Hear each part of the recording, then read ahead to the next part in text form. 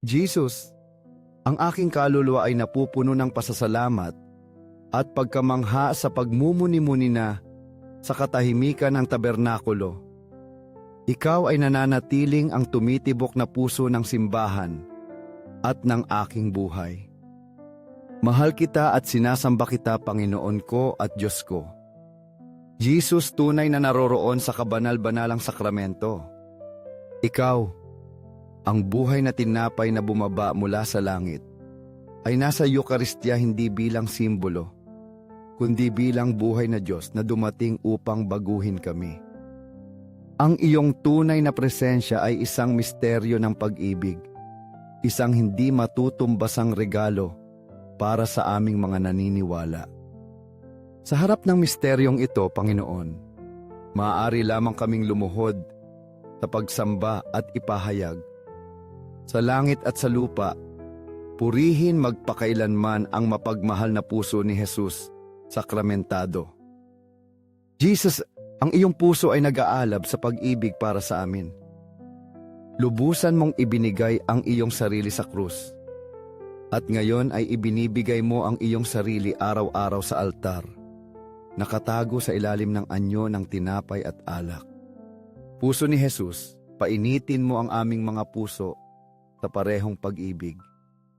Gawin mong ibigin ka namin ng may dalisay, mapagbigay at matiyagang pag-ibig.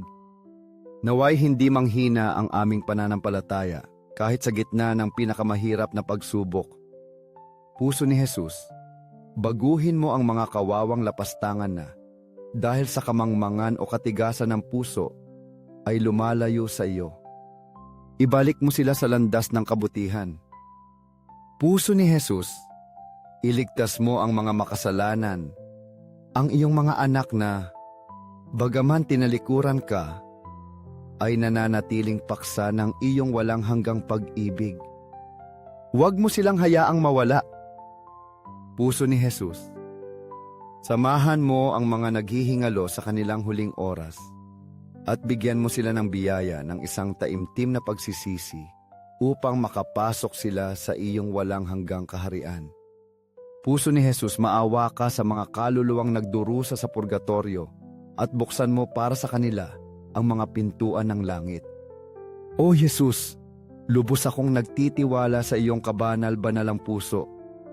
Bagaman ang aking kahinaan ay nagpapangamba sa akin, ang aking pag-asa ay nakasalalay sa iyong kabutihan. Ikaw ang ligtas na kanlungan para sa mga naghahanap sa iyo ng may kababaang loob at pag-ibig. Sagrado Corazon ni Jesus, maging aliw ka ng aming mga pamilya, lakas ng mga kabataan, pag-asa ng mga bata, at suporta ng mga matatanda. Maghari ka sa aming mga tahanan. Baguhin mo ang aming mga komunidad at gawin mong pag-ibig ang batayan ng aming mga relasyon. Sagrado Corazon ni Jesus, nasa pinakamadilim na sandali ng iyong paghihirap sa hardin ay inaliw ka ng isang anghel na ipinadala ng Ama. Aliwin mo rin kami sa aming mga pagsubok at sakit. Gawin mong, kahit na ang landas ay tila puno ng tinik, alalahanin namin na ikaw ay laging lumalakad sa aming tabi. Sinusuportahan kami ng iyong walang hanggang awa. Ikaw, na bukal ng walang humpay na pag-ibig.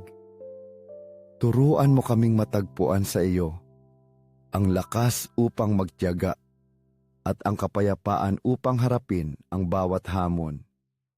Protektahan mo, Panginoon, ang aming mga pastol, si Papa Francisco, ang mga obispo, pari, diakono at lahat ng mga konsagrado na nag-alay ng kanilang buhay sa iyong paglilingkod.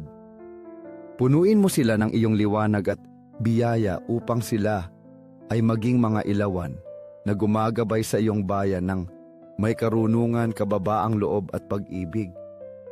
Naway ang kanilang mga puso ay laging nakaugnay sa iyo, na nagpapakita ng iyong habag at iyong katotohanan sa isang mundo na labis na nangangailangan nito.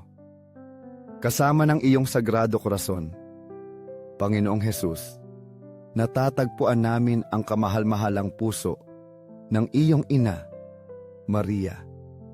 Siya ang pinakadalisay na nilalang, ang puspos ng biyaya, na hindi kailanman lumayo sa iyo, ay palaging inaakay kami sa iyong mapagtubos na pag-ibig. Matamis na puso ni Maria, maging kanlungan at kaligtasan namin. Gabayan mo ang aming mga hakbang. Protektahan mo kami mula sa lahat ng kasamaan at turuan mo kaming ibigin ka ng may debosyong kasing lalim ng nag-aalab sa iyong kalinis-linisang puso. Sa ilalim ng iyong mapagmahal na pagkalinga, natatagpuan namin ang kaaliwan at pag-asa. O Maria, ina ng Eukaristya, samahan mo kami sa bawat hakbang ng aming paglalakbay ng pananampalataya. Turuan mo kaming tanggapin ang iyong anak sa sakramento ng Eukaristya ng may malinis na puso, puno ng pasasalamat at pagkamangha.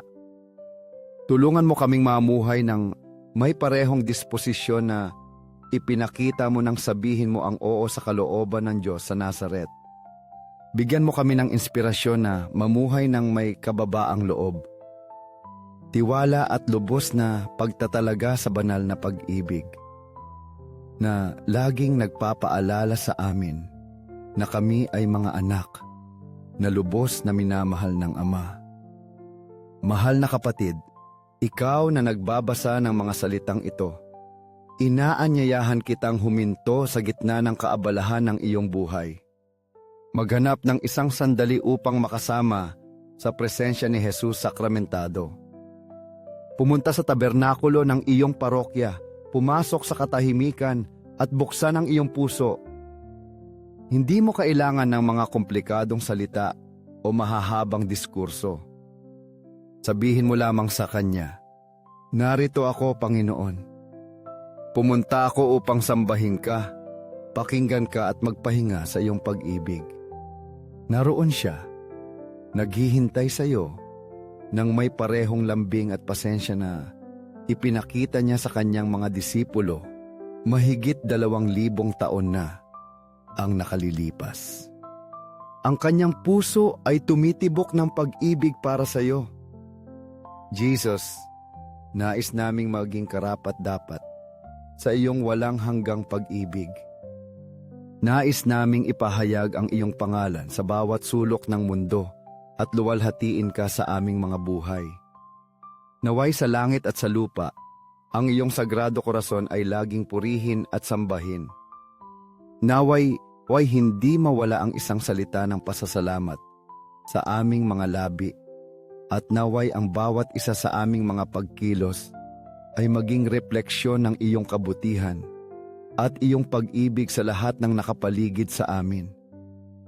Sa sandali ng panalangin ito, hinihiling namin ang iyong kapatawaran para sa mga hindi naniniwala sa iyo, hindi sumasamba sa iyo, hindi umaasa sa iyo, at hindi nagmamahal sa iyo. Ibuhos mo ang iyong awa sa kanila at hipuin mo ang kanilang mga puso upang maranasan nila ang kagalakan ng pagkakilala sa iyo. Naway ang panahong ito kasama si Jesus sakramentado ay magbigay inspirasyon sa mas maraming kaluluwa na lumapit sa Kanya. Kung ang panalangin ito ay nakapagdulot ng damdamin sa iyong puso, ibahagi ito sa iba. Mag-like, mag-iwan ng komento, isang panalangin o isang pasasalamat. Mag-subscribe upang magpatuloy na magkaisa sa panalangin at sa pag-ibig sa kabanal-banalang sakramento. I-activate ang kampanilya upang sama-sama tayong muling magkita sa mga sandali ng pagmumuni-muni at pagsamba. Sa langit at sa lupa, purihin magpakailanman ang mapagmahal na puso ni Jesus sakramentado. Sa langit at sa lupa, purihin magpakailanman ang mapagmahal na puso ni Jesus sakramentado. Sa langit at sa lupa, purihin magpakailanman ang mapagmahal na puso ni Jesus sakramentado. Amen. 5 minuto kasama si Jesus na nasa sakramento. Sa ngalan ng Ama, ng Anak, at ng Espiritu Santo. Amen. Mahal na Jesus, bilanggo ng pag-ibig, pinabayaan sa maraming tabernakulo at kinalimutan ng marami. Ngunit laging tapat sa iyong presensya, naghihintay sa aming pagdalaw, nananabik sa aming pagmamahal at aming pakikisama. Ang mabuting Jesus, na patuloy na tumatawag sa atin upang lumapit sa Kanya. Humihingi lamang ng isang gawa ng pag-ibig mula sa sangkatauhan, mula sa ating lahat, upang makatamasa ng iyong walang hanggang awa. Panginoon ng tabernakulo, dagdagan mo ang aming pananampalataya. Panginoon ng awa, punuin mo ang aming mga puso ng awa sa lahat. Katulad ng ipinakita mo sa amin, walang hangganan at walang kondisyon. Panginoon ng katotohanan, gabayan mo ang aming mga hakbang sa landas ng kabutihan. Liwanagan mo ang aming mga isipan. Buksan mo ang aming mga puso sa iyong walang hanggang biyaya.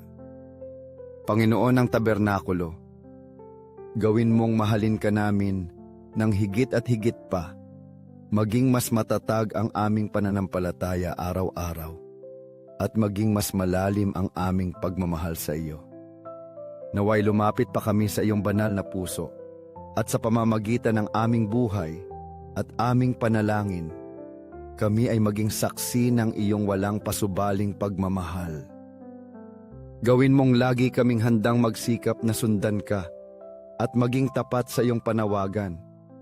Lubos kong pinasasalamatan ang iyong tunay at palagi ang presensya sa tabernakulo, at hinihiling ko na patuloy mong hipuin ang mga puso ng lahat ng kalalakihan at kababaihan. Bagamat napapaligiran kami ng napakaraming distraksyon, huwag naming kalimutan ang iyong walang hanggang awa at kabutihan. Napakaganda pong malaman na sa kabila ng aming mga kahinaan at pagkakamali, ikaw ay naroroon, naghihintay sa aming pagdalaw. Umaasa na kami ay lalapit ng may pagpapakumbaba at pagmamahal. Tulungan mo kaming maging katulad mo, mapagbigay, mapagmahal, laging handang magpatawad at umunawa sa iba. Kabanal-banalang sakramento, Panginoon kong Hesukristo, na dahil sa pag-ibig sa mga tao, ay nananatili kagabi at araw sa sakramentong ito na puno ng kabanalan at pag-ibig. Naghihintay, tumatawag at tumatanggap sa lahat ng lumalapit upang dumalaw sa iyo. Ikaw, na nagpapakita ng iyong sarili sa bawat altar, sa bawat tabernakulo. Hindi alintana ang pagpapabaya o pagkalimot ng mga tao. Patuloy mo kaming hinihintay ng matiyaga. Umaasa na maramdaman namin ang iyong pagmamahal at iyong awa. Matatag akong naniniwala na ikaw ay tunay na naroroon sa sakramento ng altar.